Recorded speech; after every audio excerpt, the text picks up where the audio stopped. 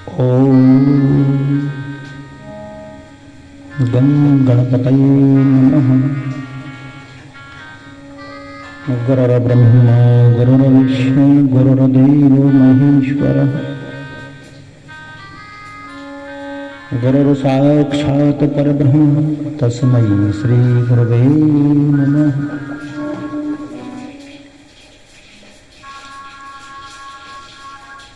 अखण्डमण्डलाकारं व्यापितं येन चराचरं तत्पदं दर्शितं येन तस्मै श्री गुरवे नमः।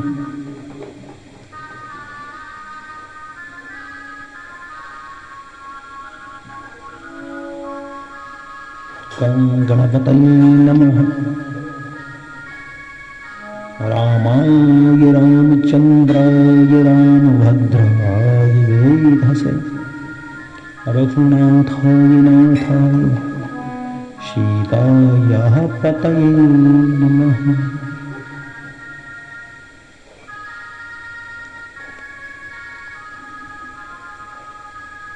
श्री रामचरितमानस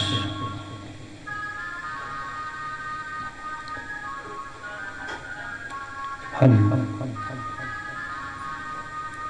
मानस की कथा का रसपान करें। कथा बड़ी मुश्किल से प्राप्त होती है। कई जन्मों के उपार्जित संचित पुण्य कर्म जब उदय होते हैं तब हमें कथा की प्राप्ति हो पाती है, तब हम रसास्वादन कर पाते हैं। तो सुंदरकांड की कथा में हम चलें तो देखिए सर्वप्रथम चौपाई। जानवंत के बचन सुहाए सुने हनुमंत हृदय अति भाए। जामवंत के वचन सुहाए भावार्थ हुआ अनंत बलवंत गुणवंत श्री हनुमंत लाल जी को जामवंत जी के वचन बहुत अच्छे लगे, प्रिय लगे।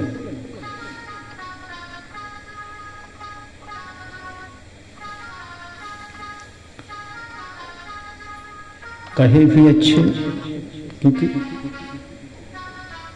अच्छे शब्द होंगे तो सबको अच्छे लगेंगे। इसलिए जामवंत के वचन सुहाई। सुहाई का मतलब वह सुहावने वचन कहे। हनुमंत लाल जी को बहुत अच्छे लगे।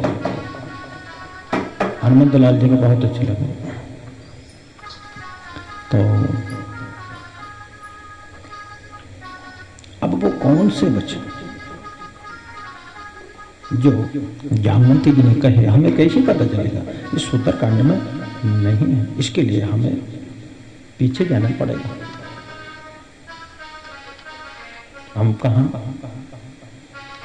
पृष्ठतः गच्छत पीछे जाना पड़ेगा, तब हम किष्किंधा कांड की परिसमाप्ति पर ये बात पता चलेगी कि वो कौन से वचन थे। समूची बानर सेना समुद्र के किनारे बैठी थी और अब वहां सब अपने अपने बलाबल का परीक्षण कर रहे थे, बलाबल का आंकलन कर रहे थे, बलाबल का वखान कर रहे थे। कौन कितना जा सकता है? किसी ने कहा 10 योजन, किसी ने 20, किसी ने 30, 40, 50, ऐसे अपना अपना जो बल था, जो क्षमता थी, वो व्यक्त की। अंगद जी बोले कि मैं जा तो सकता हूँ, 7 योजन को मैं पार कर सकता हूँ, पर लौटने में मुझे संशय है, शंका है कि शायद न लौट पाऊं।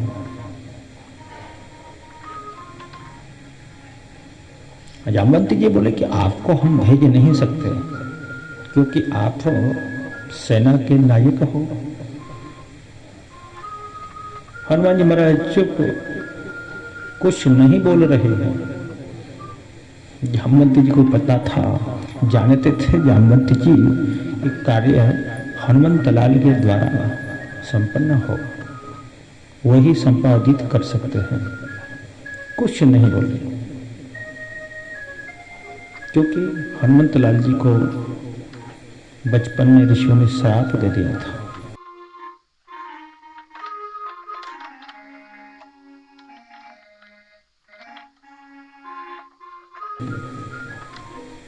ऋषियों ने कह दिया था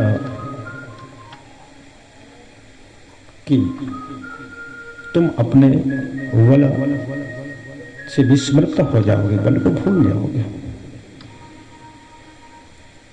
तब जामवंत जी ने कहा ही रीछपति सुनु हनुमाना, का चुप साधी रहे बलवान। कहे हो रीछपति सुनो हनुमाना, का चुप साध रहे हो बलवाना। चुप क्यों हो, क्या बात है? आप पवन पुत्र हो, बुद्धि बल विवेक में बढ़े चढ़े हो।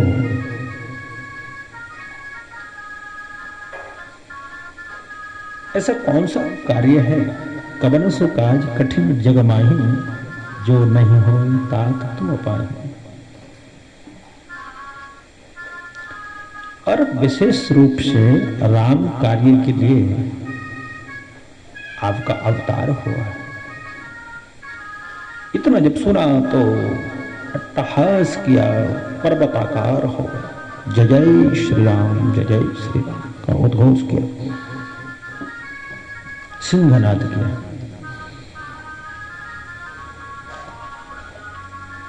कहने लगे जब ऐसी बात है तो अभी जाता हूं, खेल ही खेल में से 100 योजन को मैं पार कर गया। और रावण के सहित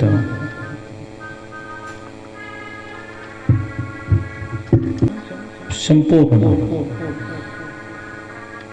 लंकापुरी को ध्वस्त करके, समाप्त करके, लंका को उखाड़ करके समुद्र में डाल दूंगा और मातेश्वरी जानकी जी को लेकर के आ जाऊंगा।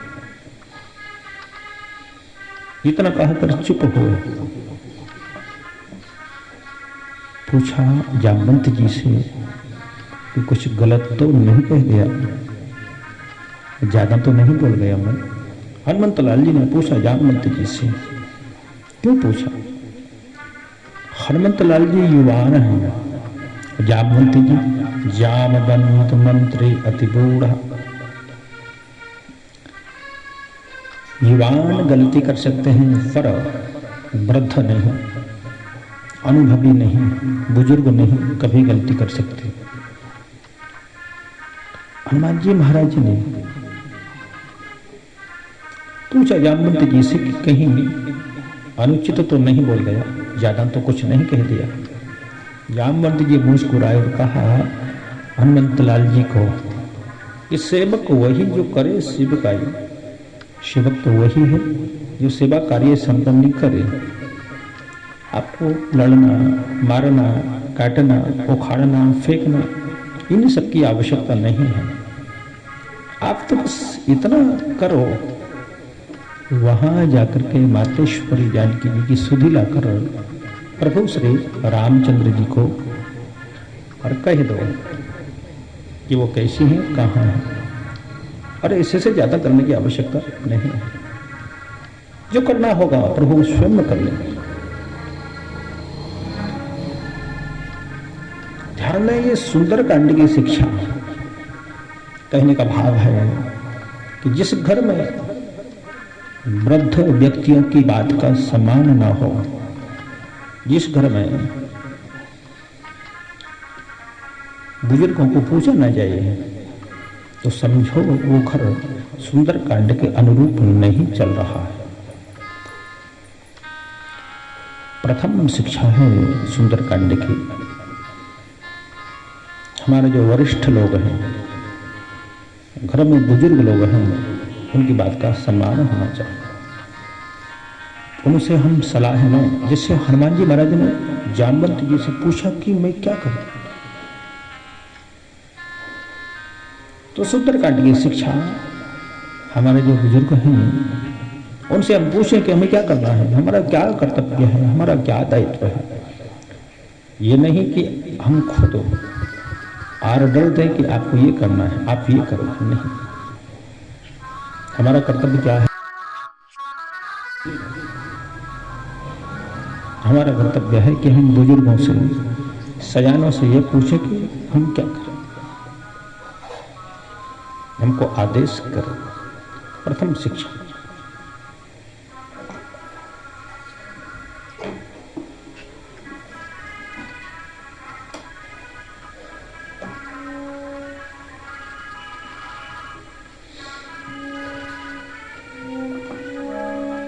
तब लगी मोहे परख्यो तुम भाई, तब लगी मोहे परख्यो तुम भाई, सही दुख कंद मूल फल खाओ। तब लगी मोहे, कब तक मुझे देखना, जब तक लौट कर ना जाऊं तब तक तुम दुख सह करके, कहीं दुख भी सहना पड़े तो कंद मूल फल खा करके दुख सहना और मेरी राह देखना। दृष्टवा सीता चानीता इति तत्र निवेदितुम, मैं मातेश्वरी जानकी जी को देखकर न आ जाऊं तब तक आप यही दुख सह करके कंद मूल फल खा करके मेरा इंतजार करें। और ऐसा कह के यह कहना सबन कहूँ माथा, चलो हर से ही धर रघुनाथ। ऐसा कह के सबके चरण कमलों में माथा नवाया। हमें कहीं जाना हो, कार्य की संपन्नता चाहते हो, सफलता चाहते हो, जिस काम को जा रहे हो तो उसकी सफलता के लिए सबके चरणों में वंदन करना चाहिए, माथा नवाना चाहिए। और होता क्या है कि लोग माथा नवाना नहीं चाहते। लोग तो चाहते हैं कि हमें सब माथा नवाएं, हमको सब प्रणाम करें, हमारा सब सम्मान करें, हम किसी का सम्मान न करें।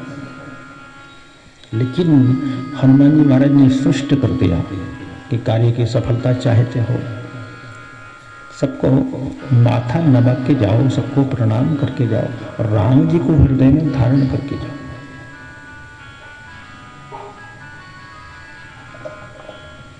चले वो हर से ही धर रघुनाथ। यह तीन बात कहें, ध्यान दें। कितनी बातें? तीन बातें। एक तो सबको माथा नवा कर जाओ, दूसरा राम जी को हृदय में धारण करके जाओ, और आखिरी बात कही कि प्रसन्न हो करके जाओ। भगवान कहते हैं कि सदैव प्रसन्न रहना मेरी एक भक्ति है, इसलिए प्रसन्न हो करके जाओ तो कार्य तुरंत ही संपन्न हो। सिंधु के किनारे एक बहुत बड़ा पर्वत था, हनुमान जी महाराज ने पैर रखा और अपनी उड़ान भरी।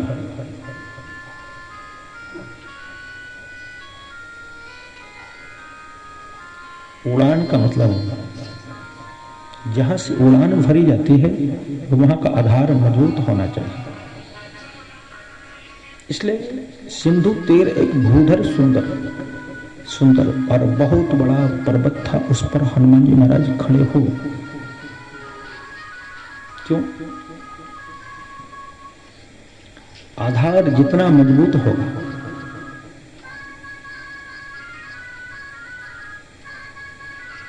उड़ान उतनी ही लंबी होगी, अथवा तो जितनी लंबी उड़ान भरनी है उतना ही ज्यादा मजबूत आधार चाहिए। मकान 10-20 मंजिल बनाना हो तो उसकी नींव मजबूत करनी पड़ती है, बुनियाद ठोस हो, मजबूत हो, ताकतवर हो, ठीक है ना।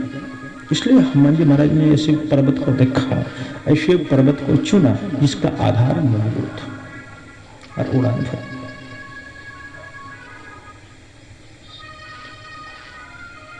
हमें शिक्षा मिलती है कि हम अपनी नींव को, अपनी बुनियाद को मजबूत करें, चाहे वो शिक्षा की हो, चाहे समाज की हो, अथवा तो व्यापार की हो, कृषि की हो। नींव जितनी मजबूत होगी, आधार जितना मजबूत होगा, तो परिणाम उतना भी अच्छा हो। इसलिए नींव अच्छी होनी चाहिए। और कैसे चले हनुमान जी महाराज, देखिए आप, जिमि अमोघ रघुपति करबाना, यही भांति चले हनुमान। जिम अमोघ, जैसे राम जी के वाण धनुष से छूटते हैं और छूटते ही अचूक बाण जैसे जाते हैं, वैसे ही हनुमान जी महाराज जी के जिमि अमोघ रघुपति करबान।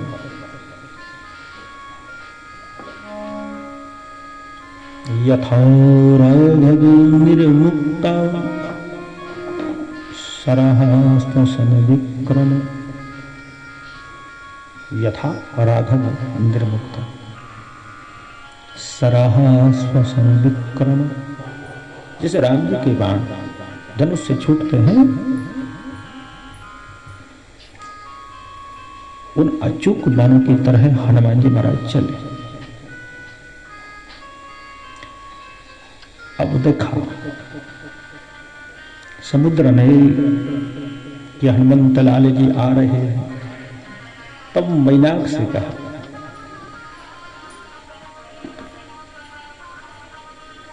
कि हनुमंत लाल जी आ रहे हैं, राम जी के दूत हैं, उनका स्वागत करो, उनका सम्मान करो।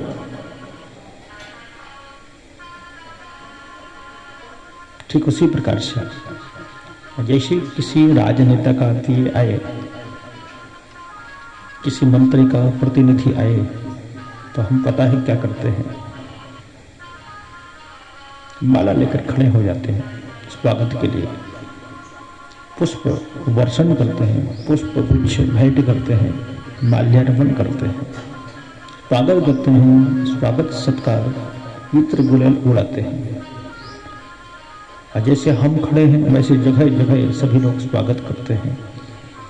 क्यों करते हैं? इसलिए कि कोई काम आप पड़ेगा ना, तो प्रतिनिधि से कहलवा करके और वो काम संपन्न हो जाएगा। इस स्वार्थ की भावना को लेकर के समुद्र ने कहा मैनाक पर्वत से स्वागत करो, सम्मान करो, पुष्प गुच्छ भेंट करो, माल्यार्पण करो। मैनाक पर्वत ने कहा हनुमान जी महाराज रुकिए, विश्राम करिए, आपका स्वागत है।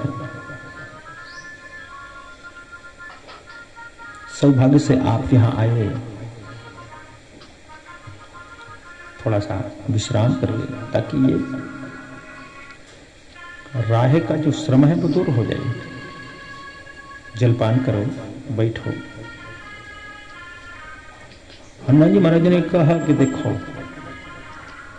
जो सीता की खोज में, जो शांति की खोज में निकलता है, सीता मतलब शांति, तो ये भोग विलास, ऐशो आराम पीछे पड़ते हैं ताकि हम शांति को प्राप्त ना कर पाए। हनुमंत लाल जी शांति की खोज में चले तो यहां मैनाक पर्वत रोकते हैं। कहने का भाव, कोई जीव शांति को खोजे या तो शांति की खोज में वो निकले, तब ऐश्वर्य आराम उसको रोकते हैं, बाध्य करते हैं, कहते हैं कि हमारा उपभोग करो। तो उनके लिए हनुमंत लाल जी ने बहुत अच्छी बात कही, ध्यान दें, क्योंकि वेदों का ये वाक्य है बड़ा क्लिष्ट है, समझ पाना मुश्किल है। ध्यान दोगे तो समझ पाओगे। तो देखिए क्या कहा हनुमान जी महाराज ने, बहुत अच्छी बात। तब हनुमान जी महाराज ने कहा, हनुमान ते ही परस कर पुन की प्रणाम, राम काज कीन्हे बिनु मोहि कहाँ विश्राम। हनुमंत लाल जी ने पर्वत को स्पर्श किया, छुआ और कहा कि राम जी का काम किए बगैर मुझे विश्राम कहाँ है, मुझे समझ नहीं। हनुमान जी महाराज बोले कि वो जो भोग्य सामग्री हमारे सामने आए उसका भी अपमान मत करो, छुओ स्पर्श करो, उसका सम्मान करके शांति की खोज में आगे बढ़ जाओ, रुको मत, कहो कि अभी हमें विश्राम के लिए समय नहीं। कितने सारे सीखें हमें कथाओं से प्राप्त होते हैं। आगे बढ़े, देवताओं को लगा कि हनुमान जी महाराज लंका में जा रहे हैं, ऐसा ना हो कि लौटना मुश्किल हो जाए। लंका में मायावी राक्षस रहते हैं, तपस्वी हैं, बुद्धिमान हैं, कई प्रकार की माया जानते हैं, ऐसा ना हो कि लौटना मुश्किल हो जाए। बुद्धि और बल का परीक्षण करना चाहिए। और परीक्षण कौन करे? तो जो सुरसा सर्पों की माता थी उनको बुलाया और भेज दिया कि तुम्हें हनुमान जी महाराज की परीक्षा लेनी है। और सुरसा आई हनुमान जी महाराज के रास्ते में, आकर कहने लगी, आजो सुरन आजो आजो आजो सुरन दीन आहारा, सुनत बचन कहे पवन कुमारा, आज सुरन।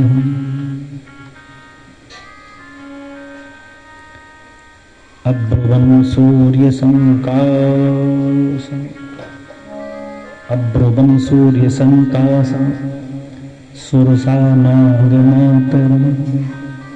सुरसा ने हनुमंत लाल जी को देखा और कहा कि आज देवताओं ने बहुत दिन बाद मुझे बहुत सुंदर आहार दिया है, भोजन भेजा। हनुमान जी महाराज ने सुना और आप देखा न ताव। इतना समय कहाँ था विचार के लिए? हनुमान जी महाराज बोले कि राम कार्य करके मैं तुरंत आ जाऊंगा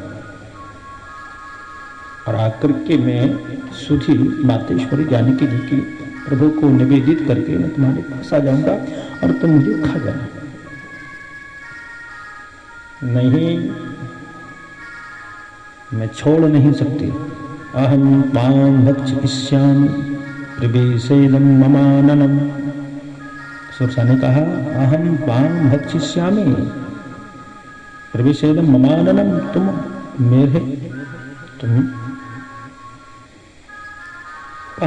मेरे मुख में प्रवेश करो,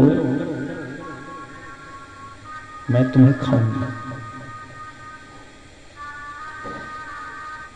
हनुमंतलाल जी को कहा। हनुमान जी बोले, गच्छामि जानकीं दृष्ट्वा पुनरागमनं सत्वर। गच्छामि जानकीं दृष्ट्वा पुनरागमनं सत्वरः। रामस्य कुशलं तस्याः कथित्वा त्वदाननम्। बोले मैं अभी जा रहा हूँ, गच्छामि जानकीं दृष्ट्वा, जाकर के मातेश्वरी जानकी जी को देख करके मैं शीघ्र जा रहा हूँ। और लौट करके ये सारा समाचार, रामस्य कुशलम तस्याः, ये सारी कुशल राम जी को सुना के और लौट करके मैं तुम्हारे मुख में प्रवेश करूंगा।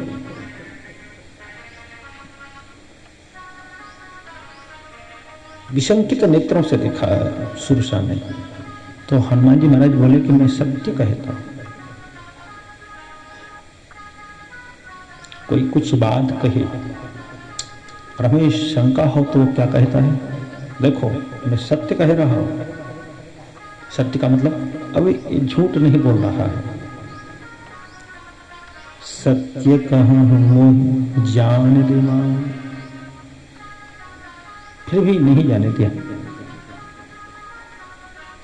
हनुमान जी महाराज ने सोचा कि ये स्त्री है तो सर्वप्रथम स्त्री की बात करें, क्योंकि स्त्री स्त्री का पक्ष करते हैं, सनातनी सनातनी का पक्ष करते हैं, समाज समाज का पक्ष करते हैं। पर इतना ध्यान रखो, जिसका हम पक्ष कर रहे हैं वह पक्ष के लायक होना चाहिए। कहीं कहीं लोग जो लायक नहीं होते हैं उनका ही पक्ष करने लग जाते हैं, ठीक नहीं है। पक्ष करो, बुराई नहीं है, अपनों का तो करते ही करते हैं। मैं तो इस व्यास पीठ से कहता हूं कि तुम गैरों का पक्ष करो, पर जो पक्ष के लायक हो उनका पक्ष करो। हनुमान जी महाराज ने सोचा कि ये स्त्री है और एक स्त्री का पक्ष करेगी तो ही सुरसा नहीं मानी।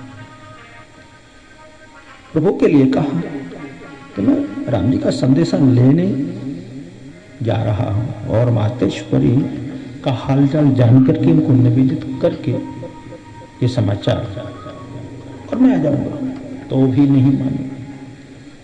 कहा कि मैं सत्य कहता हूं, मुझे जाने तो, फिर भी सुरसा नहीं माने। तो हनुमान जी महाराज बोले,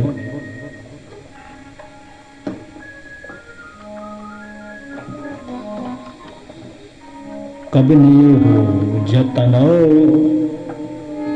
देई नहीं जान,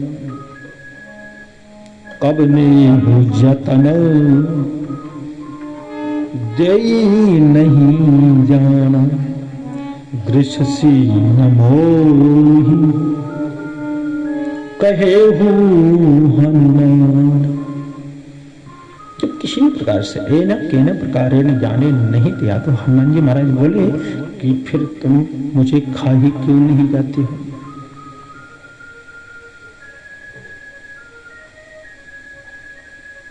योजन भर, एक योजन का मुख किया। हनुमान जी महाराज 2 गुने हो गए। उसने 16 योजन का मुख किया।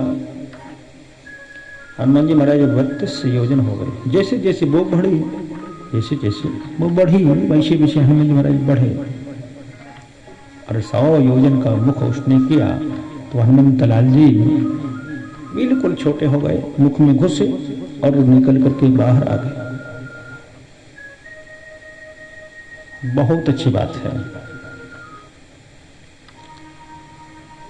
आप समझ पा रहे हो कि सुंदरकांड में आखिर क्या है। बहुत अच्छी शिक्षा, बहुत अच्छी सीख।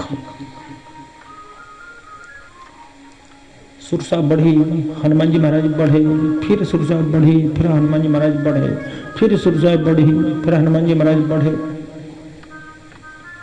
ऐसे बढ़ते रहते ना, ऐसे ही बढ़ने में सुंदरकांड के 60 दोहा है, पूर्ण हो जाता है। हनुमान जी महाराज जी कहते हैं कि कहीं ऐसा मौका आ जाए बढ़ने का तो हमें ज्यादा ना बढ़ करके और छोटे होकर अपना काम निकाल लेना चाहिए।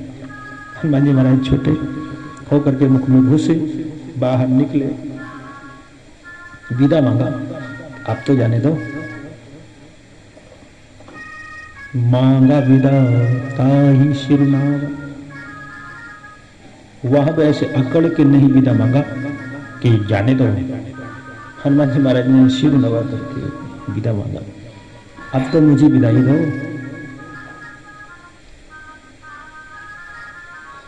फिर क्या था, जब आप इतना करो किसी के सामने, कोई बढ़े तुम बढ़ो, दो बढ़े तुम बढ़ो, ज्यादा बढ़ जाए तुम छोटे हो, फिर आप हाथ जोड़ो और कहो कि मुझे क्षमा कर दो, तो वो बेचारा तो पानी पानी हो जाएगा। और जो हकीकत होगी बयां कर देगा। सुरसा ने सारी बात कही।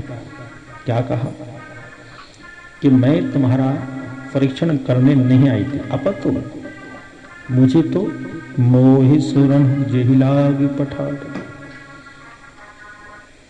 बुद्धि बल और स्वभाव जानने के लिए मैं आई थी। हनुमंत लाल जी बोले कि जाना, जो जानने के लिए आप आई थी जान भी पाई या नहीं। सुरसा मुस्कुराई और कहा अब कुछ बाकी नहीं रहा। गच्छ साधय रामस्य कार्य बुद्धिमतांबर, अब बुद्धिमान हो और शीघ्र राम जी के कार्य को संपादित कर। राम काजू, राम राम काजू सब करी हहु, तुम बल बुद्धि निधान, आशीष दे गई से हरसी चले हनुमान। राम काजू सब करी है, सब करी हूँ, तुम राम जी के सारे कामों को करोगे। गच्छ साधय रामस्य कार्यम बुद्धिमतांबर, सारे कामों को संपादित करोगे, ऐसा आशीर्वाद दिया। और हनुमान जी महाराज वहां से चले। मालूम है बात ही बात में लड़ाई खड़ी हो जाती है।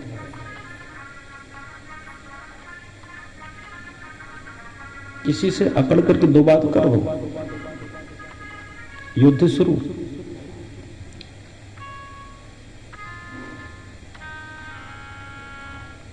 अक्सर मैं अनुभव करता हूं कि लड़ने के लिए ज्यादा मेहनत करने की आवश्यकता नहीं है, ज्यादा परिश्रम करने की जरूरत नहीं है। वो बिना मेहनत के, बिना परिश्रम के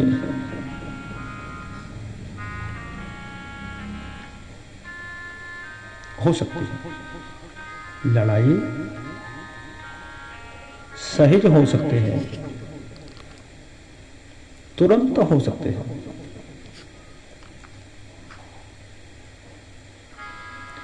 दो बातें कहीं जली कटी कर दो, किसी की बुराई कर दो, तुरंत देखो लड़ाई का कैसा योग बनता है। ऐसा माहौल बनेगा कि मिनट नहीं लगेगा लड़ने में। पर आपने देखा आशीर्वाद के लिए कितनी मेहनत करनी पड़ेगी तब कोई आशीर्वाद देगा। जो खाने के लिए आया है वो आशीर्वाद देकर जा रहा है, इससे बड़ा और क्या हो सकता है। ये प्रभु कृपा ही तो है। इसलिए प्रभु कृपा को बलवती मान करके और हमारा जो रास्ता है उसका सही चुनाव करके हम रास्ते पर डटे रहे, जमे रहे और चलते रहे। फिर देखो कहीं कुछ नहीं, हर जगह प्रसन्नता, हर जगह सुख, सरलता, सहीता प्राप्त होगी। हनुमंत लाल जी रुके रहे, जमे रहे अपने रास्ते पर।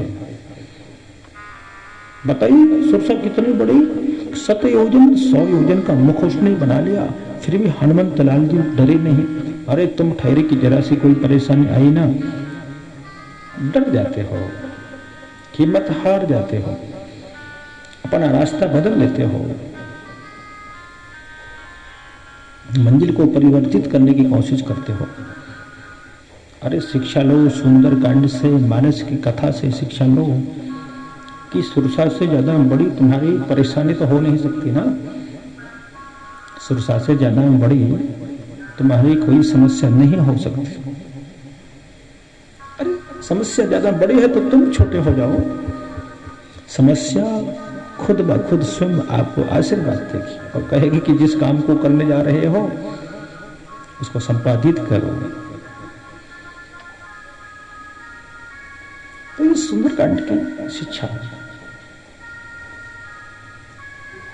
हर जगह सीख में शास्त्रों से प्राप्त होती है। शास्त्रम सर्वस्य लोचन